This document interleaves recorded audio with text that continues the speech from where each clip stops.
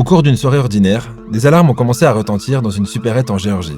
Des rapports d'un braquage armé ont commencé à affluer au département de police local, mais à leur arrivée sur les lieux, le suspect était introuvable. Après avoir élargi les recherches, c'est là que, supposément, la police aurait entendu un bruit dans une maison à proximité.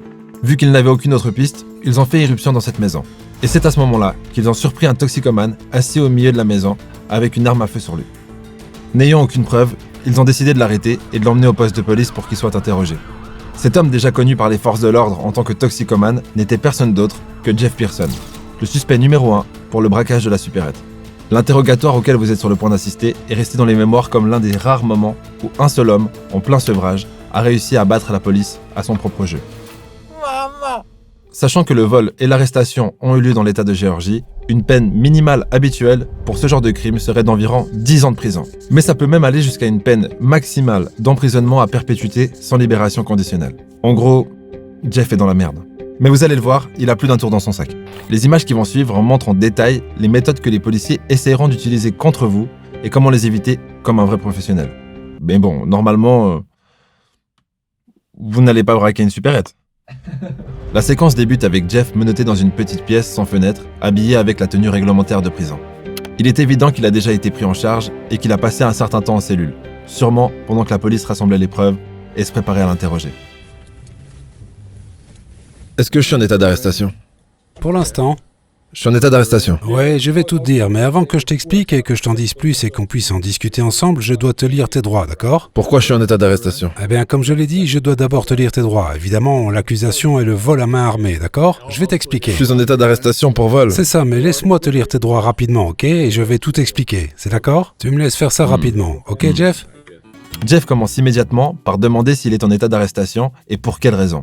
Dès le premier instant, on peut voir que Jeff a fait ses recherches, car c'est exactement ce qu'il faudrait faire dans ce genre de situation. Depuis là, il y a deux options. Si vous n'êtes pas arrêté ou détenu, vous pouvez déclarer que vous n'êtes pas non plus obligé de rester et de répondre aux questions. Et vous devriez être totalement libre de quitter l'interrogatoire. Par contre, si vous êtes arrêté, vous pouvez alors demander immédiatement un avocat et rester silencieux jusqu'à ce qu'on vous en fournisse un. Que vous soyez coupable ou pas, ces deux options sont les deux options à suivre quoi qu'il arrive. Cela vous permettra d'éviter de dire quelque chose que vous pourriez regretter. Ce qui est particulièrement intéressant, c'est que lorsque vous êtes aux États-Unis, l'officier de police est obligé de vous rappeler ce qui va suivre. Écoutez bien l'avertissement que le détective va lire à Jeff. Tu peux lire avec moi ? Lis juste dans ta tête, ok ? Avant de te poser une quelconque question, tu dois savoir quels sont tes droits. Vous avez le droit de garder le silence. Tout ce que vous direz pourra être utilisé contre vous devant un tribunal. Vous avez le droit de parler à un avocat pour obtenir des conseils avant que nous ne vous interrogions et il pourra être présent lors de l'interrogatoire. Si vous ne pouvez pas vous offrir un avocat et que vous en voulez un avocat vous sera commis d'office. Si vous décidez de répondre aux questions maintenant sans avocat, vous aurez toujours le droit de cesser de répondre aux questions à tout moment. Ça dit que tu peux arrêter de répondre à n'importe quel moment jusqu'à ce que tu parles à un avocat. Est-ce que tu comprends ? T'as probablement déjà entendu ça, n'est-ce pas ? Ces 3 points sont incroyablement importants et sont souvent survolés par la plupart des gens à cause de la panique liée à l'arrestation. D'un autre côté, on entend tellement souvent ces phrases dans des films policiers et autres qu'on ne se rend pas compte à quel point il est important d'utiliser le contenu de ces phrases à notre avantage. Par contre, le détective a oublié de mentionner quelque chose. C'est que si vous demandez un avocat pendant votre arrestation, ils ne sont ensuite plus autorisés à continuer l'interrogatoire. Et dans ce cas-là, vous avez le droit de refuser de répondre à toute question avant d'être accompagné par votre avocat. Lawyer. Le détective termine également la lecture des droits avec une petite remarque sarcastique, comme pour rappeler subconsciemment à Jeff que c'est déjà un criminel qui a été condamné. Tu comprends ? Tu comprends tes droits ? Est-ce que tu comprends tes droits, Jeff ? Oui ou non ? Est-ce que tu comprends ? On est mieux payé que toi, alors on peut rester ici longtemps, mon gars.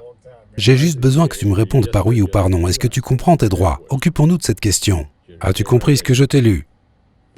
As-tu saisi ce que je t'ai lu ?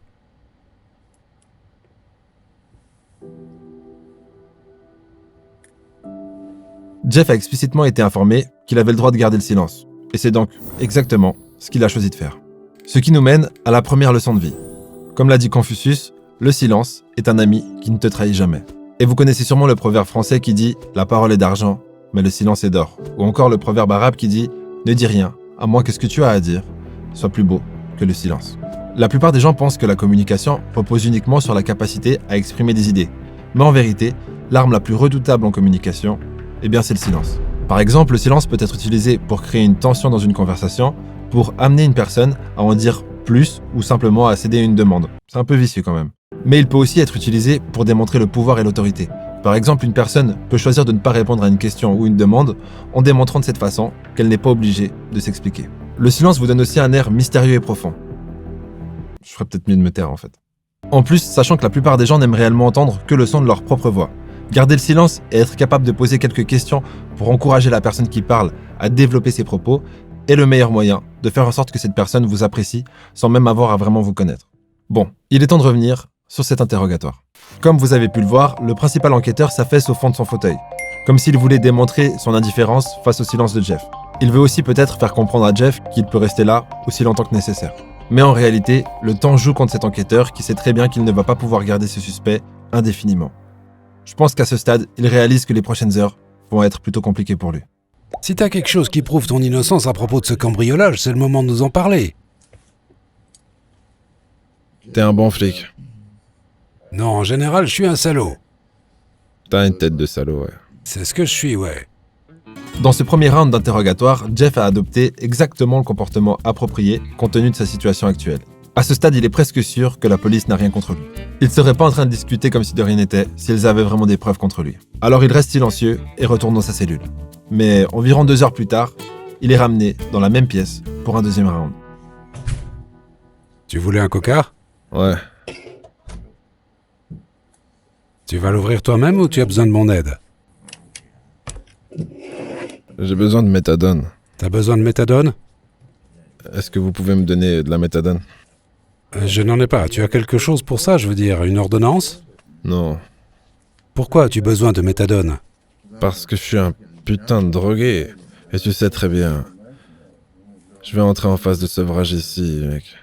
Une canette de soda est tout ce que Jeff a demandé avant de retourner dans la salle d'interrogatoire. Mais il mentionne immédiatement les symptômes de sevrage qu'il commence probablement déjà à ressentir.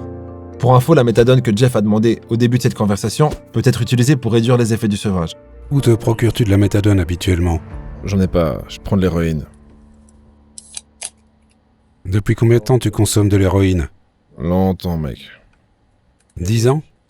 15 ans? Je n'ai presque même pas vécu aussi longtemps. Mais de quoi t'essaies de me parler là? De ce qui s'est passé hier soir? Écoute, voilà la situation. Soit tu es dans une très mauvaise passe, soit tu n'aurais jamais commis un braquage à main armée hier soir. Ouais, je suis dans une situation merdique. Mauvais endroit, mauvais moment, parce que je n'ai évidemment pas commis de braquage à main armée. Très bien, alors parlons-en. Il suffit d'en Je parler. n'ai rien à dire. Je ne parle pas à la police, mec. Jeff en a clairement fini avec les conversations personnelles, et il veut revenir à l'essentiel. À ses yeux, il a été arrêté pour quelque chose qu'il n'a pas fait, et il veut sortir de là le plus rapidement possible.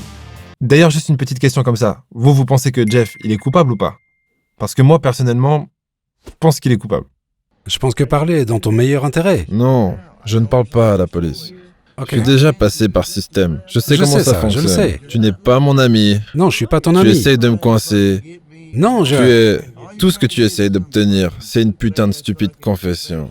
Et tu n'en auras pas. Jeff, je ne vais pas te faire avouer quoi que ce soit s'il n'y a rien. Exactement, parce que Je je ne n'ai suis pas rien en fait. train d'essayer d'obtenir une confession. D'accord, de je vais toi. te le dire. Je n'ai pas commis de braquage à main armée. Et vous n'avez aucune preuve disant que je l'ai fait. Laissez-moi partir. Tout ce que vous avez fait, c'est me trouver assis chez mon pote. Parce que son chien devenait complètement fou. Je sors et il y a des flics partout. Et ils me mettent la lumière dans la face. Ils me disent viens ici. Je dis y a quoi? Ils m'ont fouillé et ils n'ont rien Ok, trouvé. laisse-moi lire ça. Non, Oui. parce que je ne signerai pas. Tu n'as pas à le signer. Alors laisse-moi te le lire, Je ne d'accord? signerai rien. Tu n'as pas à le signer. C'est assez ironique ce policier qui dit à Jeff qu'il n'est pas là pour lui faire avouer quoi que ce soit, alors que Jeff est menotté et dans une salle d'interrogatoire. Mais malgré tout ça, chaque partie de ce que Jeff a dit est tellement parfait qu'on dirait presque que ça a été répété. On peut dire que c'est une incroyable démonstration de défense légale personnelle et de self-control parce que c'est plutôt dur de ne pas parler. Surtout si on prend en considération que Jeff est sûrement en train de souffrir de symptômes de sevrage. Ce qui nous mène à la leçon de vie numéro 2. Trouvez et gardez à l'esprit le but de la personne qui vous parle. Dans la nature, rien n'est fait par hasard et tout a un but. Et à mes yeux, c'est exactement pareil dans n'importe quelle conversation que vous pouvez avoir. La plupart des gens utilisent des méthodes indirectes pour obtenir des informations de votre part. Mais c'est pas forcément dans un but malveillant. Malgré tout, le but est donc de ne pas répondre aveuglément aux questions qu'on vous pose, mais de comprendre pourquoi on vous pose ces questions. Mais de quoi t'essaies de me parler là? Lorsque vous devenez compétent dans l'interprétation des arrière-pensées, Vous pouvez directement y répondre, ce qui vous donnera plus de contrôle sur la conversation en cours et vous permettra d'avoir un échange plus direct et honnête. Enfin bref, vous avez compris l'idée. On en était où? Ah oui, Jeff. Jeff est méfiant et il n'a pas tort, sachant que la police a des méthodes d'interrogatoire tellement efficaces qu'ils peuvent même vous faire avouer un crime que vous n'avez pas commis. L'une des techniques la plus utilisée lors des interrogatoires, c'est la méthode RAID, développée par un ancien policier psychologue dans les années 1960, après qu'il ait obtenu une confession d'un homme accusé d'avoir tué sa propre femme. Mais pour résumer, ça commence par une discussion presque amicale sur la raison pour laquelle le suspect est accusé du crime, suivi par l'analyse de certains langages corporels et actions au cours de l'interrogatoire comme potentielle preuve de culpabilité. La méthode se termine en offrant au suspect 2 déclarations alternatives et il peut choisir celle qui correspond le mieux à la situation. Le problème, c'est que même si l'une de ces déclarations est légèrement plus acceptable que l'autre, quelle que soit celle qu'il choisit, il admet la culpabilité et cela sera compté comme une confession. Le problème, c'est que cette méthode est surtout très efficace pour obtenir de fausses confessions d'un suspect innocent. Pour tout vous dire, l'affaire originale sur laquelle cette technique a été formée s'est effondrée après la découverte que l'homme suspecté n'avait en réalité pas tué sa femme et avait été trompé en donnant une fausse confession. De la manipulation de haut niveau, c'est carrément inquiétant. La troisième leçon de vie, c'est surpasser la culpabilité. Et ça risque d'être controversé, mais écoutez bien, car selon moi, c'est la leçon de vie la plus importante. Pour commencer, la culpabilité, c'est quoi? Dans le cas de Jeff, et dans la vie en général en fait, c'est ce qui vous fera passer de suspect à coupable en seulement une phrase. Des phrases qui commencent par « j'ai fait une bêtise » ou « j'aurais pas dû faire ça, mais il faut que je te dise quelque chose ». Évitez. Pour être plus concret, la culpabilité survient souvent lorsqu'on a fait quelque chose qui va contre nos valeurs ou qu'on a causé du tort à quelqu'un. Et bien souvent, l'idée qui nous vient à ce moment-là, c'est d'aller se confesser, d'aller dire à la personne concernée ce qu'on a fait. Mais à mon sens, c'est une mauvaise idée. Alors certains ne seront pas d'accord, je le sais, mais laissez-moi m'expliquer. À mon sens, aller se confesser vers la personne concernée consiste plus à se soulager d'un fardeau émotionnel personnel plutôt que de prendre en considération le bien-être de l'autre personne. Quelque part, c'est un transfert de souffrance. Lorsque vous vous sentez coupable, la seule chose que vous devez faire, c'est prendre conscience de votre erreur et vous pardonner vous-même. Mais souvent, ça semble trop facile. Donc, on a l'impression qu'on doit aller avouer à la pire personne sur Terre ce qu'on a fait pour qu'elle nous punisse, pour qu'ensuite on puisse nous-mêmes s'autoriser le pardon. Mauvaise idée. Ce qu'il faut comprendre, c'est que la culpabilité, c'est ce qu'il y a de plus bas dans ce que l'être humain peut ressentir. Et c'est vraiment important de s'en libérer. Mais vous n'avez pas besoin des gens qui vous entourent et du monde extérieur pour vous libérer de la culpabilité. Votre prise de conscience crée de la culpabilité et votre amour-propre vous libère de cette culpabilité. Bien sûr, idéalement, le but, c'est de ne rien faire qui créera de la culpabilité. Mais qu'est-il arrivé à Jeff? Raconte-moi ce qui s'est passé hier soir. Sans détour, ta version des faits. Je ne parle pas avec toi. Je veux un avocat. Ok, d'accord. Je vous l'ai dit. Je vous ai dit ce qui s'est Je passé. sais, mais voici ce que je comprends pas, Jeff. Tu étais assis là à me parler comme si... Tu étais prêt à me dire ce qui s'est passé hier soir, et puis tout à coup, je te lis ça, et tu es du genre, va te faire foutre, je te parle pas, je veux un avocat. Je comprends pas, qu'est-ce qui a Parce changé? que je vous ai déjà dit ce qui s'est passé. Tu ne l'as pas fait. Comment ça? Tu ne m'as pas dit ce qui s'est passé hier soir. Comment est-ce que je t'aurais pas déjà dit ce qui s'est Mais passé? maintenant, tu m'as menotté, et je ne peux pas te parler parce que tu as demandé un Je veux avocat. un avocat. Ok, d'accord. Mais je vais te le dire maintenant, tu es toujours arrêté pour un vol. Je sais, je ne sais pas pourquoi, mais j'ai besoin d'un avocat. Parce que, évidemment, je n'ai rien fait. Et évidemment, vous savez que je n'ai rien fait, parce que j'ai été arrêté pour les mêmes conneries avant, et vous ne m'avez pas interrogé autant. Alors, abracadabra, merci pour le coca, remettez-moi dans ma cellule. Je ne t'ai encore jamais interrogé. C'est ma maison. D'accord. Eh bien, il a maintenant demandé un avocat et refuse à nouveau de répondre aux questions. Mais nous en sommes qu'à la moitié de cette séquence, et la capacité de Jeff à se défendre et à démolir complètement ce policier ne fait que s'améliorer à partir de là. Voici le marché. J'ai assez de preuves Comme quoi? de ton vol, d'accord? Mais si tu dis que tu ne l'as pas fait, tu dois me donner ta version des faits. Je ne l'ai pas fait. D'accord, alors donne-moi ta version des faits. Tu dois me convaincre, car j'ai beaucoup de preuves.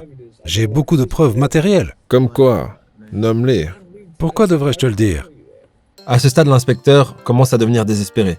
Il sait qu'il manque de temps et il a abandonné toute forme de technique ou de méthode élaborée pour obtenir des informations. Il a maintenant décidé de passer à l'offensive en prétendant avoir des informations contre Jeff qui lui permettront de le condamner. Le policier commence à faire du chantage à Jeff en lui disant qu'il va lui transmettre des informations qu'il a en sa possession seulement si Jeff, lui aussi, lui confie quelques informations en ce qui concerne la soirée du braquage.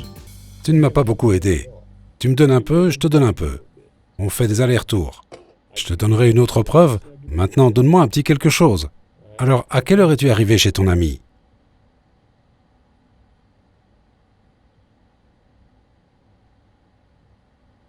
Non, je sais que tout ce que je dis ici peut et sera utilisé contre moi. Bien sûr, mais pour tout ce que tu dis ici, je peux aussi le dire à ton agent de probation que tu m'as aidé. Mais ça ne signifie rien. Ce policier commence effectivement à être très désespéré, sachant qu'il n'a trouvé aucune autre alternative que de marchander avec Jeff. Le policier utilise l'argument que s'il les aide, ils diront du bien de lui à son agent de probation. Mais Jeff réalise immédiatement, et c'est assez évident, que cela ne signifie absolument rien si c'est pour passer les 20 prochaines années derrière les barreaux. À part ça fait un moment que Jeff a demandé un avocat. Pourtant, ils sont toujours là, à l'interroger, comme si ce n'était pas une violation de ses droits. Mais ils savent que s'ils n'obtiennent rien de lui rapidement, leur temps sera écoulé. Et Jeff a les yeux rivés sur l'horloge. Pendant les 4 prochaines minutes d'interrogatoire, Jeff continue à nier et à combattre tout ce que la police lui dit. Les policiers évoquent le pistolet avec lequel il a été retrouvé. Ils essayent de conclure un accord. Ils essayent même de l'effrayer en lui disant à quoi ressemblera la vie en prison sans les drogues dont il est devenu dépendant. Mais tout ça ne change absolument rien, parce que Jeff reste totalement impassible. Quelque part au fond de lui, une petite voix lui dit qu'il a presque gagné. J'en ai fini, mec. Je ne réponds plus. Tout ce que je viens de dire va être écrit dans le rapport maintenant, non? Quoi? Tu n'as jamais rien dit? Je veux dire, chaque petite chose stupide que tu m'as demandé, mec, va être dans le rapport. Je crois même pas qu'on fait de rapport. Le procureur le fait. D'accord. Je veux dire, tu connais à moitié le système et comment il fonctionne, mais l'autre moitié, tu la connais pas. Pas vrai? Je sais à moitié que la seule raison pour laquelle je suis venu ici, c'est pour obtenir un coca. D'accord? Et je l'ai eu. Mais maintenant, je veux une barre chocolatée. Ça va pas se produire de sitôt. Quoi, la barre chocolatée? Ouais. Pourquoi pas?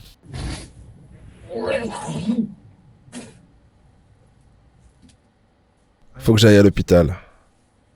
Je suis en train de tousser du sang. Allons à l'hôpital. D'accord? D'un côté, je comprends la police parce qu'ils étaient sûrement persuadés que Jeff était coupable. Mais d'un autre côté, ils n'avaient aucune preuve. Ils l'ont laissé souffrir sans lui donner les médicaments qui l'auraient soulagé des effets du sevrage. Et encore une fois, ils n'avaient aucune preuve. Donc, d'un autre côté, c'est un peu abusé. D'ailleurs, vous en pensez quoi, vous? Est-ce qu'ils ont exagéré ou est-ce que, en fin de compte, ils ont bien fait d'essayer? Qu'il soit coupable ou pas, une chose est sûre, Jeff a géré cette situation avec une décontraction exemplaire. Il a même profité de cette situation pour savourer un petit soda. Jeff savait parfaitement que le moindre faux pas pouvait le mener sur une pente glissante, et il a donc fait valoir ses droits de la meilleure façon possible. Après, en termes d'allure et de charisme, perso, j'ai pas trouvé fou, quoi. 12 heures plus tard, la nouvelle est tombée. Jeff Pearson est officiellement libéré de sa garde à vue. Et vous vous dites peut-être, ah, super si c'est pour retourner se droguer dans la rue. Eh bien non, à ce qui paraît, Jeff a repris sa vie en main suite à cet interrogatoire. Il a arrêté de consommer de l'héroïne et il consacre actuellement son temps à faire de la musique. Ah oui, et il donne même des conseils sur internet sur comment déjouer les ruses de la police. J'espère que cet épisode vous a plu. Si c'est le cas, on en fera une deuxième version. Si ce n'est pas le cas, on trouvera d'autres choses, on voulait essayer quelque chose d'un peu différent. Dans tous les cas, moi je vous dis rendez-vous au prochain épisode.